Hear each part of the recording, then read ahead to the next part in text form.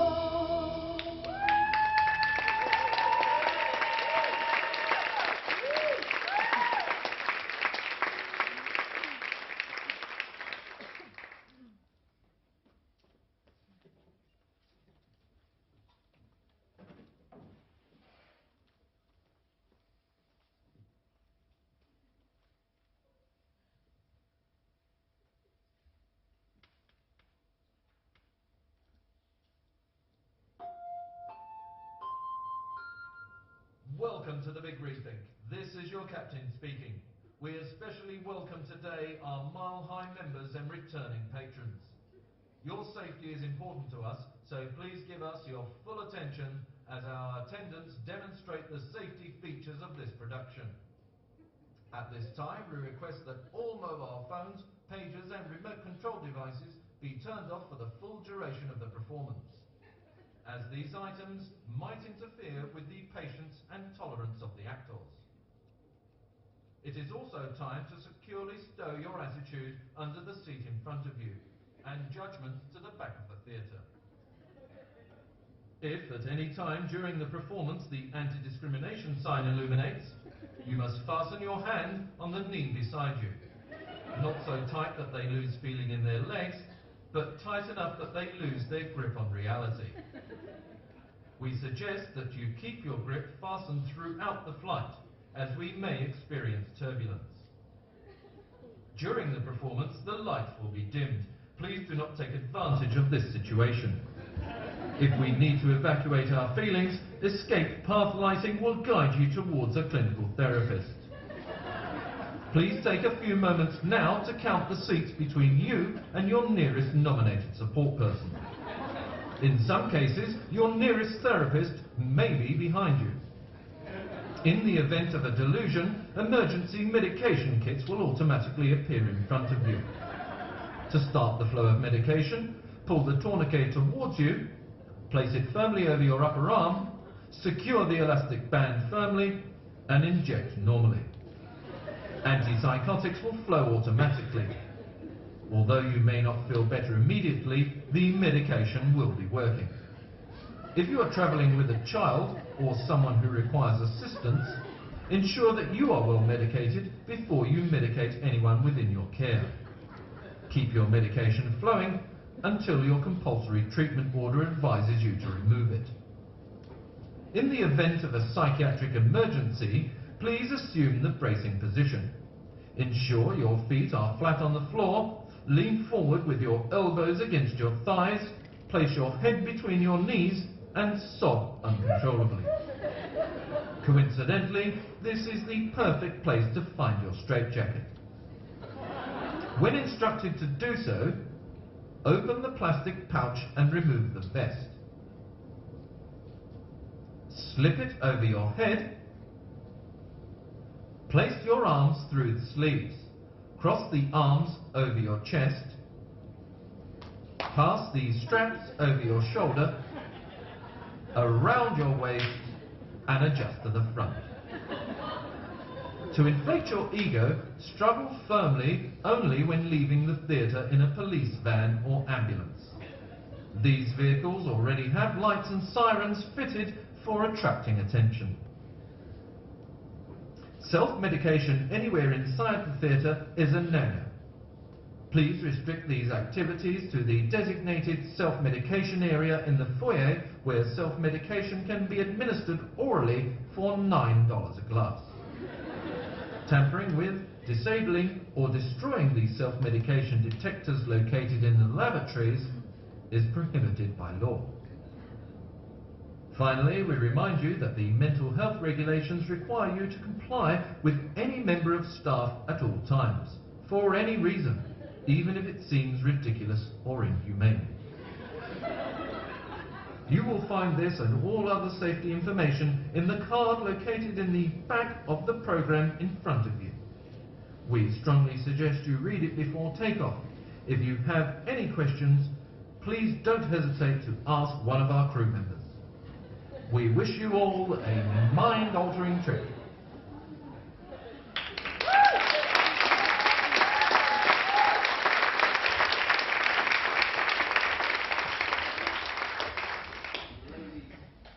Ladies and gentlemen, please welcome to the stage your host for this evening, Mr. Rob Callahan. Good evening. No expense spared, that was me. How are we all? Are we well? Yes, good. I'm Rob, I'm bipolar, and I've been asked to do this for that reason. I was sectioned in 2003, and I'll talk a bit about that later. Can we just have some house lights up and just see, hands up if you're all so mad? Excellent, where are the carers? Excellent, so there's only one normal person and it's you! No. Welcome along. Give yourselves a round of applause for coming out and supporting such a great show. And I should also say hello to our viewers on the World Wide Web out there. Hello! Wave everybody. Do your hair. Yeah. Hopefully they've got some clothes on. Good. Tonight's show, of course, is about destigmatising mental issues and experiences. All of the performers tonight that you see have either been through experiences or know someone who has. So about 90%, including the crew and everybody. So that's something that I wanted to point out. We ask you, obviously, you've seen the ads. Know me before you judge me, or take me surfing first, at least. And you know, but tonight we do want you to judge us. Because we want you to judge us on our creativity and our performances. And at the end we're going to have a little award ceremony for ourselves, so we feel even more special than we already are. Yes. There may be some contents of the show and language that you might find offensive. Okay, it's not our intention, and so if you do find yourself offended, it's your own fault. All right? So, ladies and gentlemen, all it leaves me to say really is the more love. This is our last show. We've had a great season, and I know everyone's excited to do this tonight, and there's going to be heaps of energy. The more love you give us, the more we'll give you back, and the more love we give you, the more we want. So that's hopefully how it's going to work. And especially you down there with the red ears. Nice to see you all been let out for the night. Now, it leaves me only one thing to do, and that's to introduce the third act. Ladies and gentlemen, please put your hands warmly together for Madophobic, ladies and gentlemen.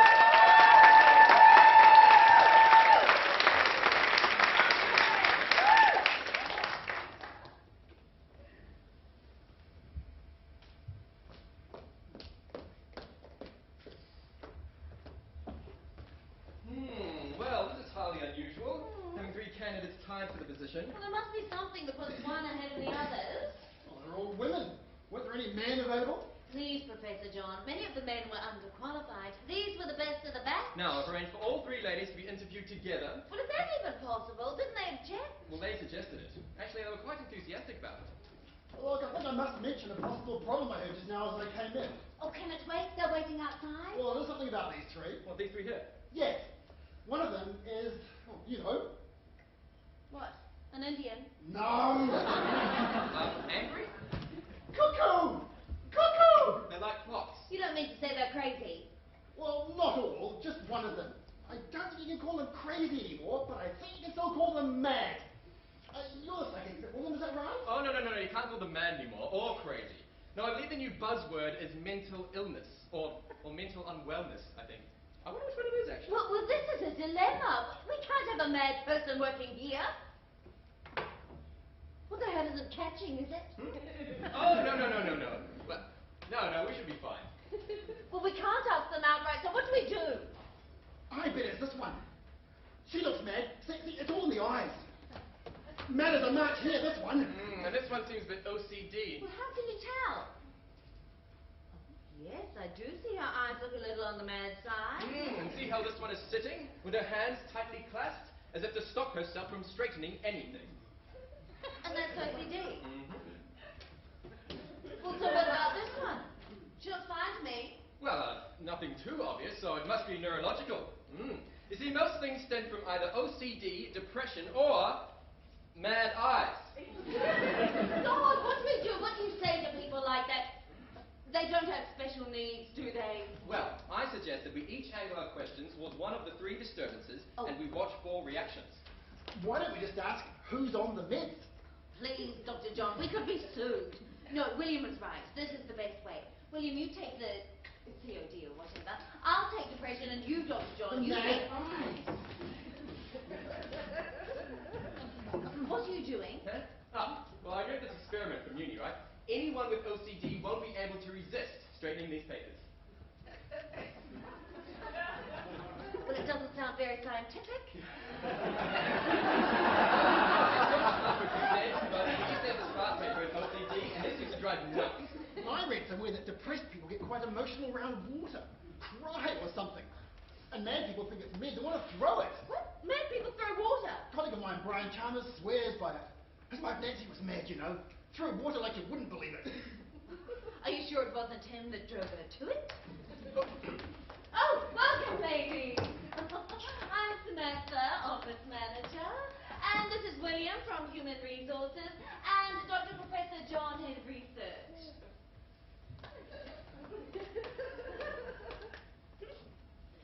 Well, thank you for coming in together. You okay there? Yes?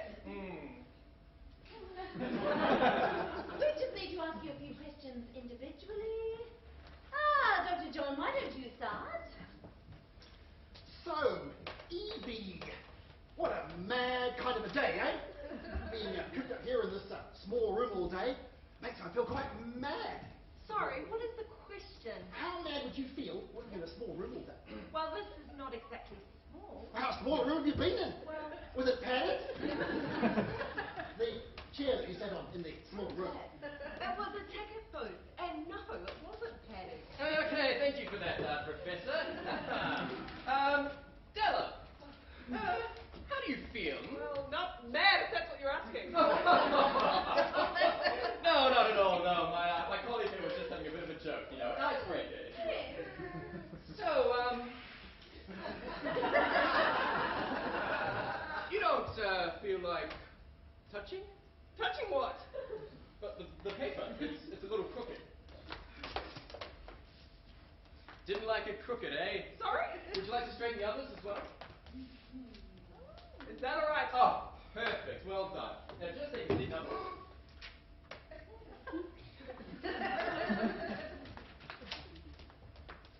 Does that feel better? What, the paper being straight? Yes! Oh, fantastic. Good job. May, I've noticed from your CV that you haven't worked anywhere for quite some time. No, after my father died, I promised him I would go to Africa to help with the orphanage he'd built. Why are you doing that? I have no idea.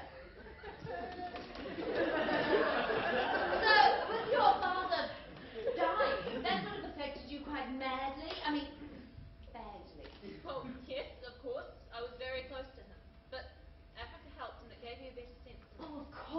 new place, new lifestyle. That would have made you really excited about life again. You know, people starve over there. They, like, die. Of course you were depressed, and that's why you went over there to join them. And that's where you got your limp too, to remind you of that pain. Oh, that is beautiful. Excuse me. I can't help thinking that you three are a witch hunt.